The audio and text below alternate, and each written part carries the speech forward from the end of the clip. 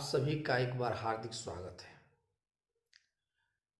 आज आप लोगों से पुनः एक बार नम्र निवेदन है कि यदि आप मेरे इस वीडियो या इस चैनल को अभी तक सब्सक्राइब नहीं किए हैं तो कृपया सब्सक्राइब बटन को दबाकर इसे सब्सक्राइब कर दें।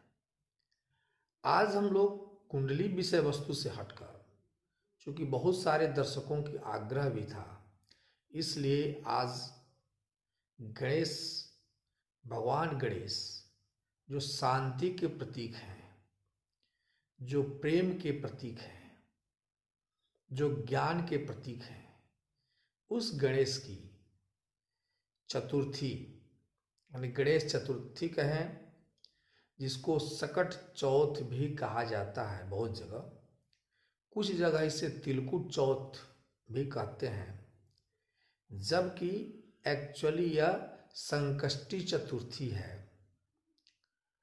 इसके बारे में जानेंगे। चूंकि महीना में 2 बार चौथ आता है, तो शुक्ल पक्ष का जो चौथ होता है उसे विनायक चतुर्थी कहा जाता है, और जो कृष्ण पक्ष के चौथ आते हैं उसे संकष्टी चतुर्थी कहा जाता है।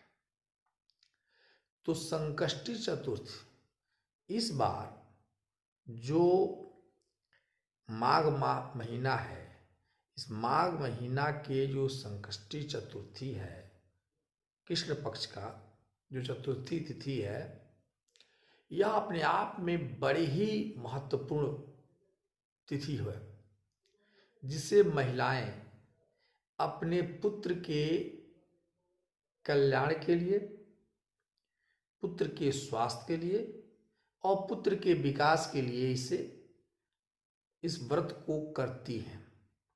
तो हम लोग जानेंगे कि इस वर्ष यह सकट चौथ किस तारीख को, किस समय महिलाएं और किस विधि से करें तो सबसे ज़्यादा लाभप्रद होगा।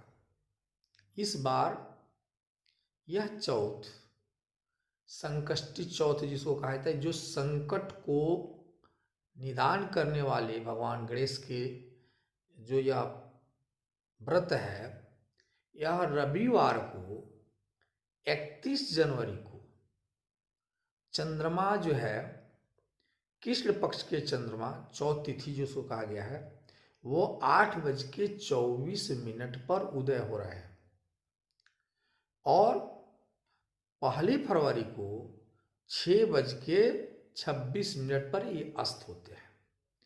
तो यानी इस वर्ष ये चौथ 31 जनवरी को मनाया जाएगा। अब एक चीज़ है कि आखिर इसे मनाते क्यों हैं। तो मैंने पहले ही कहा कि महिलाएं अपने बच्चे के कल्याण के लिए इसे मनाती हैं, और कई तरह की कथा इस पर परिचर्चित है। चूँकि भगवान गणेश जो सुख के सागर हैं, जो शांति के सागर हैं, जो प्रेम के सागर हैं, जो दया के सागर हैं और जो बुद्धि के सागर हैं, उस गणपति देवता की यह पूजा है। महिलाएं इसे कैसे करती हैं, तो इस जानिए कि इसे जैसे इस बार 31 जनवरी को यह चंद्रमा का उदय जो हो रहा है 8:24 पे, तो 8 बजे उस दिन सुबह में महिलाएं स्नान करने के बाद, एक्चुअली यह निर्जला व्रत भी है, मतलब जिसमें जल तक ग्रहण नहीं किया जाता है, लेकिन जो महिलाएं अगर बीमार हैं, डॉक्टर से द्वारा उनको ये बताया गया है, वे जल वगैरह की स्वास्थ्य को तो उनको देखना ही होगा। तो सुबह स्नान ध्यान करने के उपरांत भगवान गणेश के समक्ष उपस्थित होकर एक संकल्प तो लें कि आज मैं जो व्रत कर रही हूँ उसके को परिपूर्ण करें तथा मेरे बच्चे की सुख शांति और समृद्धि की वृद्धि के लिए मैं यह व्रत कर रही हूँ। इसमें उन्हें सुख समृद्धि और शांति दें। चूंकि बच्चे का यह व्रत है, पुत्र का व्रत है, स्पेशली पुत्र के आयु के लिए, पुत्र के आने वाले संकट को दूर करने के लिए ये महिलाएं व्रत करती हैं। अब करना क्या होता है, तो जो दिन भर मैंने पूरे दिन माँ जो है अपने पुत्र के समृद्धि के लिए जो संकल्प लेती हैं, उसके उपरांत उन्हें दिन भर भगवान गणेश की स्मरण करना चाहिए। 2-3 काम तो भूल कर भी आज नहीं करना चाहिए इस त्योहार को। पहले कभी क्रोध न करें, क्योंकि भगवान गणेश शांति के प्रतीक हैं और उनकी व्रत करते वक्त आप क्रोध करेंगे तो व्रत विखंडित हो जाएगा। क्रोध नहीं करना है। दूसरा, झूठ नहीं बोलना चाहिए, क्योंकि भगवान गणेश को झूठ से भी बड़ा सख्त नफरत है, खंडित हो जाता है। तो आप क्रोध और झूठ से बचें। और तीसरा, भगवान गणेश का स्मरण करते रहें।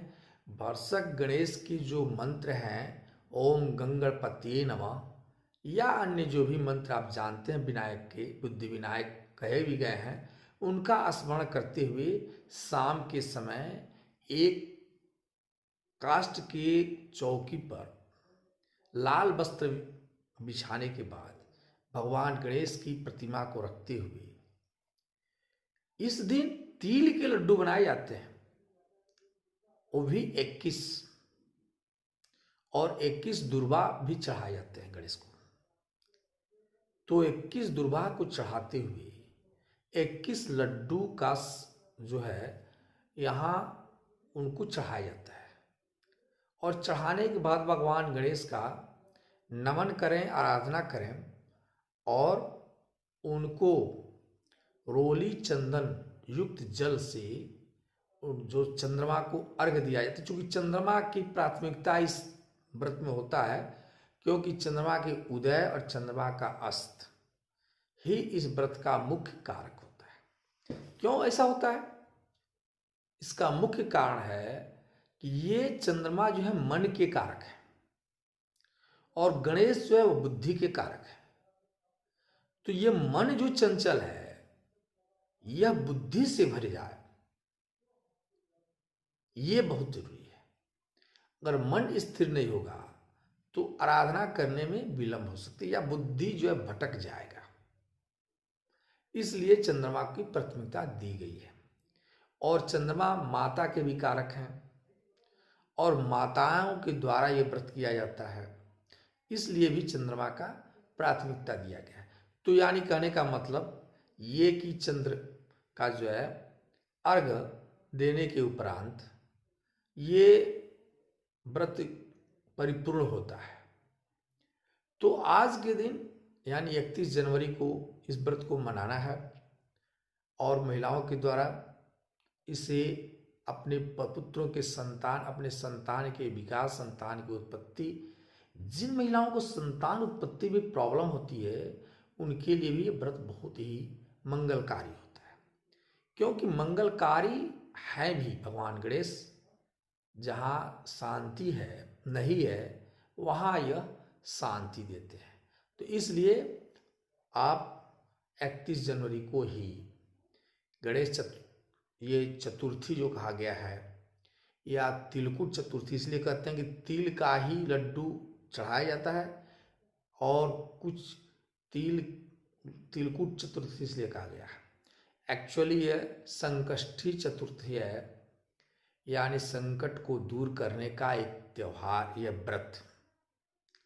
और व्रत का मतलब कोई संकल्प, तो बिना संकल्प लिए आप व्रत न करें, ये अच्छी बात है।